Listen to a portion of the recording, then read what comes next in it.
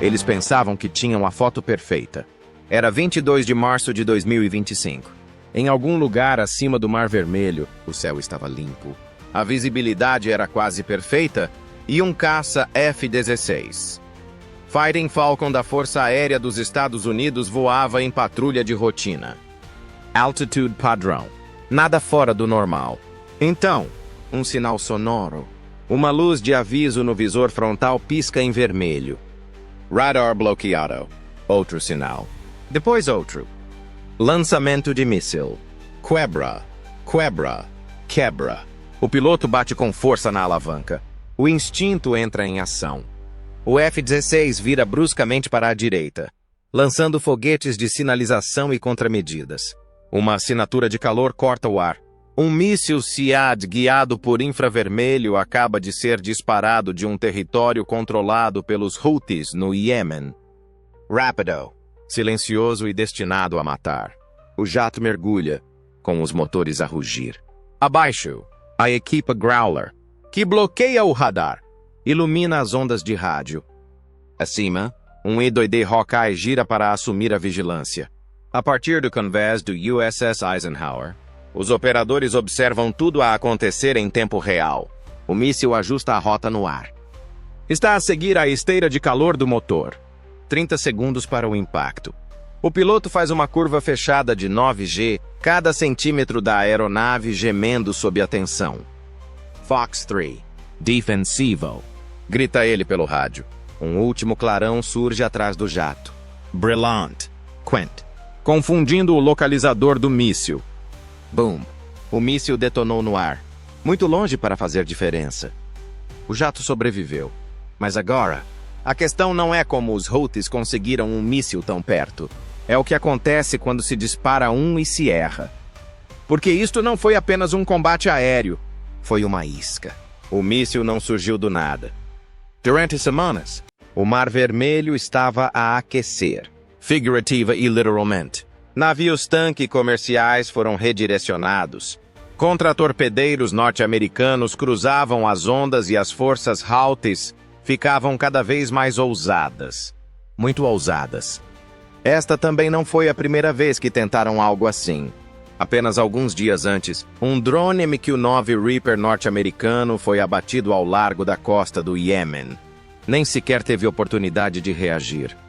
Os Houthis reivindicaram a responsabilidade no Telegram em poucos minutos, publicando imagens tremidas dos destroços em chamas a cair no mar como um troféu. Essa ação também não ficou sem resposta, mas encorajou-os. E foi aí que cometeram o erro seguinte. Pensando que um drone e um caça a jato eram o mesmo tipo de presa.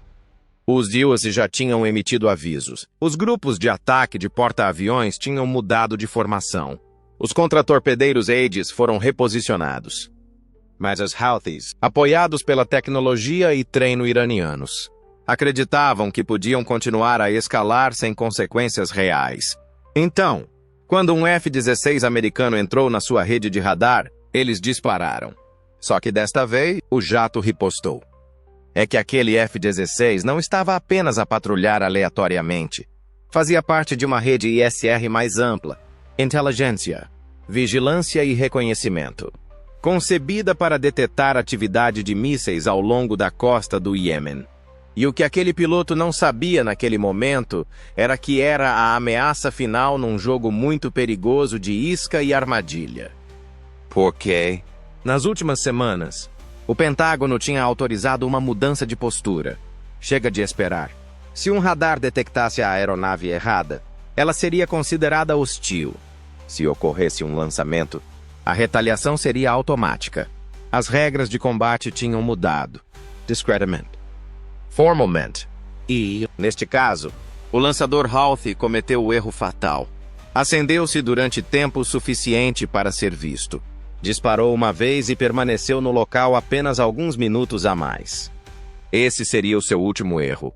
Por quê? A bordo do USS Eisenhower, a chamada do piloto não foi apenas recebida, foi gravada, analisada e transformada em dados de localização. Transmissão ao vivo. Assinatura térmica. Trajetória do míssil. Localização por GPS. O relógio da retaliação já tinha começado a contar. A 28,000 pés. O F-16 ainda voava para oeste, junto à borda do espaço aéreo iemenita. O piloto mal tinha recuperado da manobra evasiva quando o seu RER, ao Radar Warning Receiver, acendeu novamente. Novo contacto. Ângulo diferente. O primeiro míssil tinha falhado, mas havia mais. Desta vez, não era apenas um sinal, era uma explosão. Vários radares bloqueados, escalonados e rápidos. O sistema ANALR-56M do piloto gritava nos seus auscultadores. Ameaça. 66. Bloqueado. A M-66, um clássico SAM soviético da era da Guerra Fria. Mas os Houthis tinham sido vistos a usar cópias iranianas da mesma tecnologia. Sistemas da classe SIAD, atualizados com melhores localizadores e lançadores móveis. Lentos a configurar, ainda mais lentos a esconder-se, mas quando ativos, eram mortais. E estavam a fixar-nos. A mão esquerda do piloto agarrou o acelerador depois de os pós-combustores terem sido acionados. A mão direita ativou o sistema de contramedidas, preparando-se para lançar mais flares. Atrás dele, o escape brilhava incandescente contra a noite fria do deserto.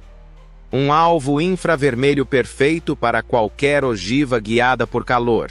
Defensa Viper 3. Múltiplos alvos. Repito? Múltiplos pontos de lançamento. Solicitou apoio. Acima, Growler da VAC-140 aos Patriots. Já estava a interferir. Explosões de perturbação eletromagnética inundaram o ar como fumo invisível, interferindo nos sistemas de radar dos Houthis. Isso deu ao F-16 um pouco de tempo. Ele inclinou o nariz e mergulhou em uma descida acentuada. A Força G prendeu-o ao assento. O sangue drenou. A visão ficou embaçada, mas ele manteve o vetor. Alta velocidade, baixa resistência. Evasiva. Flares explodiram em ondas, como fogos de artifício atrás de um fantasma. O piloto inclinou-se novamente. Depois puxou o jato para uma manobra de rotação a 700 nós. Bem a tempo. Um dos SIADs que se aproximava errou por talvez 200 pés, perto o suficiente para sacudir a cabine. Mas foi só isso. Essa foi a chance deles. Porque o que os Houthis não sabiam era que estavam a ser vigiados o tempo todo. De muito alto, a quase 16,000 pés. Um drone MQ-4C Triton da Marinha estava a circular em amplos loops ISR. Não estava armado, mas não precisava estar. A sua função era vigiar. E os seus olhos viam tudo. Picos térmicos no solo. Impulsos eletrônicos. Coordenadas precisas. Tudo transmitido em tempo real para o CENTCOM. Mais importante, para o Centro de Informação de Combate a bordo do USS Dwight D. Eisenhower. O confronto durou menos de 2 minutos, mas as consequências levariam horas a limpar. Quando o piloto regressou a um padrão de espera acima do Mar Vermelho, mais 2 aeronaves juntaram-se ao espaço aéreo. Primeiro, um segundo F-16 do 421.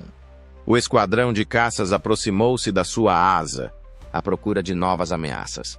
Depois, chegou a chamada do comando. Envolvimento confirmado. Dados do alvo bloqueados. Manter posição. Aviões a caminho. Tradução? Pacote de ataque a aproximar-se. Mas mesmo antes dos jatos decolarem, a Marinha não perdeu tempo. Nas profundezas do porão de um contratorpedeiro da classe Arleigh Burke, que navegava nas proximidades, células VLS estavam a abrir. VLS, Sistemas de Lançamento Vertical. Dentro delas, mísseis de cruzeiro Tomahawk. Guiados com precisão, de longo alcance e prontos para lançamento imediato. A ordem de lançamento chegou menos de 5 minutos após o fim da ameaça dos mísseis. Alvo Alpha. Dispararum. Confirmar trajetória. Missile. Depois 2. Depois 4. Cada um deles a rasgar o céu noturno. Pós-combustão silenciosa. Curvando-se para leste em direção à costa do Iêmen. E isto era apenas o começo. No canvas do USS Truman. Já se preparava a segunda fase. Poder aéreo. Os pilotos estavam a receber instruções. As armas estavam carregadas, os jatos abastecidos. Não era improvisação. Era um plano bem ensaiado. No momento em que o míssil foi lançado, a resposta já estava em andamento. O míssil falhou, mas os seus dados foram bem-sucedidos. Deram à Marinha dos Ewag uma janela, uma localização confirmada, um local de lançamento e uma pegada tática. E na guerra moderna, é tudo o que se precisa, porque a retaliação não estava apenas a chegar, estava coordenada, em camadas e letal. Enquanto os Tomahawks voavam baixo sobre as ondas, os aviões foram lançados em sequência. O primeiro a sair foi um E-2D Hawkeye, vigilância eletrônica. Em seguida, um par de EAD-2G Growlers, plataformas de guerra eletrônica armadas para cegar radares e interferir nas comunicações. E depois os Hammers, 4 FA-18, Super Hornets carregados com GBU-38 JADAMs e mísseis AGM-88 HAR. Pacote de alvos? Simples. Local do lançador de mísseis? Primário. Posto de comando suspeito? Secundário. Radar móvel detectado por drone térmico? Terciário. Por um. Os Hornets decolaram. Asas carregadas, flaps abaixados, motores rugindo. À medida que o grupo de ataque se aproximava, os Growlers começaram a sua corrida. Eles transmitiram interferência de banda larga, iluminando o espectro. Os Holts provavelmente não tinham ideia de que estavam a ser alvos até que a primeira explosão iluminou a costa. Os Tomahawks atingiram primeiro. O reboque do radar, desaparecido. O lançador, fragmentado e em chamas. Depois vieram os Hornets, a 25,000 pés. Os JADAMs caíram silenciosos e precisos. Impacto após impacto. Explosões secundárias confirmada. Munição. Combustível. Talvez mais mísseis escondidos nas proximidades. O golpe final? Um missile HAR, fixado num último pulso de radar de uma estação no topo de uma montanha. Quando atingiu, o ar já estava cheio de fumo. De volta à cabine do F-16 original, o piloto ouvia as comunicações com uma intensidade silenciosa. Sem comemoração. Apenas confirmação. Alvo neutralizado. Ataque bem-sucedido. RTB. Regresso à base. O céu sobre o Mar Vermelho estava calmo novamente. Mas desta vez, o silêncio era merecido. E a mensagem era clara. Se disparar contra um jato dos Ewas, é melhor rezar para que acerte, porque se não acertar, a próxima coisa a chegar não será outro míssil. Será tudo. Dizem que a guerra moderna é rápida. Mas isto foi cirúrgico. No momento em que os dados do F-16 se fixaram na trilha do míssil, antes mesmo de ele desviar da explosão, a Marinha dos Ewag já tinha o que precisava. Registros de tempo, telemetria, vetor de lançamento, coordenadas GPS e assinaturas de picos térmicos. O grupo de ataque não apenas viu o que aconteceu, viu onde aconteceu. E isso mudou tudo. Dentro do Centro de Informações de Combate a bordo do USS Eisenhower, o clima mudou de postura defensiva para prontidão ofensiva. Sem gritos, sem confusão. Apenas vozes nítidas a comunicar relatórios de situação e alvos bloqueados. Telemetria confirmada. Grade de lançamento bloqueada. Alvo Alpha Quint. O comandante do Eisenhower nem hesitou. Bastou uma frase. Pacote Bravo. Executar. E com isso, o protocolo de retaliação foi acionado. O que é o pacote Bravo? Bem, em termos da Marinha, o pacote Bravo não é uma palmada na mão. É um martelo na cabeça. É o nome de uma sequência de ataques em vários domínios envolvendo mísseis de cruzeiro, ataques aéreos e guerra eletrônica coordenada. Os alvos são quaisquer sistemas defensivos confirmados que disparem contra aeronaves do Ewa ou ousem travar nelas. E os Houthis acabaram de o desencadear. E o plano desenrolou-se em camadas. A partir de um contratorpedeiro da classe Boer, a cerca de 100 milhas da costa do Iêmen, as células VLS começaram a abrir-se como flores mecânicas. São tubos verticais de 25 pés cheios de mísseis Tomahawk, de longo alcance, guiados por GPS brutalmente precisos. Não precisam de pilotos, nem sequer precisam de confirmação. Só precisam de um alvo. E agora tinham vários. 4 Tomahawks foram lançados em sequência. Sem pressa, sem fogos de artifício. Apenas um impulso silencioso e arcos que desapareciam. Local de lançamento Alpha. Lançador, SEAD confirmado. Alvo 1. Veículo de radar móvel. Alvo 2. Suspeito C2. Centro de comando e controlo. Perto de Racissa. Alvo 3. Depósito de munições. Detectado através de varredura térmica. MQ-4C. Alvo 4. Cada um traçado. Programado e a caminho em 5 minutos. Enquanto isso, a 70 milhas de distância, a bordo do USS Truman, o convés de voo ganhava vida. O vapor chiava nas catapultas. Os camisas vermelhas travavam as munições GBU-38 JDAMs e AGM-88 HARMS, enquanto os camisas verdes reabasteciam os jatos com precisão mecânica. Os camisas amarelas acenavam para os FA-18 Super Hornets para que se posicionassem. O cheiro de combustível de avião e ar salgado atingia como adrenalina. Acima de tudo, um I-2D Hawkeye já tinha decolado, girando sua antena de radar, pintando um mapa em tempo real de tudo o que estava no ar e no solo. Momentos depois, 2 IA-18G Growlers rugiram no céu. Essas não são aeronaves de ataque comuns. São máquinas voadoras que causam apagões. Armados com receptores ALQ-218 e cápsulas de interferência. A função dos Growlers é transformar o radar dos Houthis em estática. Sem bloqueios. Sem orientação. Apenas confusão e caos. A seguir os Growlers, a carga útil. 4 FA-18 Super Hornets. Cada um totalmente carregado. Pontos de fixação repletos de munições Joint Direct Attack e mísseis anti-radiação de alta velocidade. Bombas inteligentes e sensores de radar projetados para seguir sinais e explodi-los. No Alto. Um drone MQ-4C Triton da Marinha ainda circulava. Nenhum som. Apenas ótica fria e alvos quentes.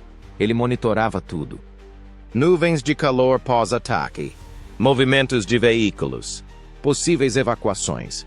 No momento em que qualquer unidade Houthi tentava esconder-se, era sinalizada. Os dados fluíam do Triton para um satélite retransmissor e, em seguida, diretamente para a equipa de controlo de fogo do Eisenhower, que estava pronta para redirecionar os recursos de ataque em tempo real, se necessário. Isto não era vingança. Era arquitetura. Exatamente às 2h12. Hora local. O primeiro Tomahawk atingiu o alvo. O local do míssil Alpha foi destruído. Os drones de vigilância confirmaram explosões secundárias, indicando um depósito de munições. A assinatura de calor permaneceu quente por mais de 20 minutos. 2 minutos depois, o Alvo 2, o caminhão de radar, iluminou a costa com uma explosão laranja. As suas emissões tinham sido detectadas uma última vez, o suficiente para que um míssil de precisão se aproximasse como um cão de caça. Depois veio o Alvo 3. O posto de comando suspeito tinha sido enterrado numa encosta, coberto com redes de camuflagem. Não importava. Um Jordan a 20 mil pés de altitude explodiu a porta do bunker e um segundo derrubou-o. O Alvo 4. O depósito de munições era um espetáculo de fogos de artifício. Os F-18 voaram baixo, rápido e com precisão, com os seus suportes de bombas agora vazios, e voltaram para as nuvens. Sem perdas, sem alarmes, apenas silêncio e destroços fumegantes no chão. Enquanto os ataques físicos aconteciam, os Growlers causavam interferência. Eles bloquearam todas as frequências conhecidas dos Houthis, interferiram nos radares de alerta precoce e enganaram os seus sistemas de detecção, fazendo-os ver frotas fantasmas. Por outras palavras, enquanto os Houthis tentavam perceber o que os tinha atingido, nem sequer podiam falar sobre isso. Sem comunicações, sem sinais, apenas medo, fumo e ecrãs em branco. E foi isso. Eles dispararam contra um caça a jato e receberam uma máquina de guerra em troca. Os Houthis e, por extensão, Os seus patrocinadores iranianos aprenderam uma lição brutal. Pode-se acertar um drone lento com um tiro de sorte, mas quando se tenta o mesmo com um F-16 ou F-18 totalmente carregado, a resposta não será outro drone. Será um contra-ataque sincronizado em várias camadas que não deixará nada em pé. E isso é importante, porque a guerra não se trata apenas de armas. Trata-se de percepção. Os Houthis perderam equipamento, mas, mais importante, perderam a face. Mostraram as suas cartas e os Iowa não se limitaram a dar-lhes uma palmada. Esmagaram-nas com precisão, aço e fúria eletromagnética. Agora, todos os operadores de radar Houthis pensarão 2 vezes antes de ligar o interruptor. Porque terão de se perguntar, será este que me vai vaporizar? Embora os Iowa não tenham emitido um único comunicado de imprensa, o mundo recebeu a mensagem. Informações de satélite vazaram. Analistas detectaram os padrões, os ciclos noticiosos captaram rumores. E todas as potências militares que estavam a observar, China, Rússia, Irão, tomaram nota. A lição? Não se mexe com o poder aéreo dos deuses a menos que esteja pronto para jogar um jogo diferente. Um jogo em que os Ipocil não se limitam a reagir, mas redefinem o campo de batalha no meio do conflito. Após o ataque, as asas aéreas dos porta-aviões passaram para o modo de patrulha aérea de combate total. Isso significa pelo menos 2 jatos armados no ar 24 horas por dia, 7 dias por semana, circulando, a fazer varreduras, prontos para responder em segundos. Os Houthis pensaram que podiam disparar contra um caça americano e sair impunes. Estavam errados, completamente erradas. Não perderam apenas um míssil, perderam um manual de estratégias, perderam recursos e, mais importante, perderam o ímpeto. Mas eis a pergunta que quero fazer-vos. Se estivessem no comando naquela noite, teriam parado depois de neutralizar o lançador? Ou teriam ido mais longe e destruído todas as instalações de radar ao longo da costa? Sejam honestos. Sejam estratégicos. Deixem os vossos comentários. Leramos todos. E já que está aqui, se este vídeo lhe causou arrepios, clareza ou apenas um respeito mais profundo pela precisão da guerra moderna, faça-nos um favor. Goste do vídeo para que saibamos que está interessado. Subscreva se quiser ficar a par do próximo incidente antes mesmo que ele chegue às manchetes. E clique no sino de notificações para ser o primeiro a saber quando a próxima missão for lançada. Mas se quiser ir um passo além e apoiar o canal diretamente, junte-se à frota. Receberá emblemas de fidelidade, respostas prioritárias e nos ajudará a trazer mais histórias navais reais à tona. Clique em juntar-se na página do nosso canal e embarque. Até a próxima. Fique atento. Fique seguro e lembre-se, um míssil pode começar uma guerra, mas a resposta é que a acaba. Obrigado por assistir.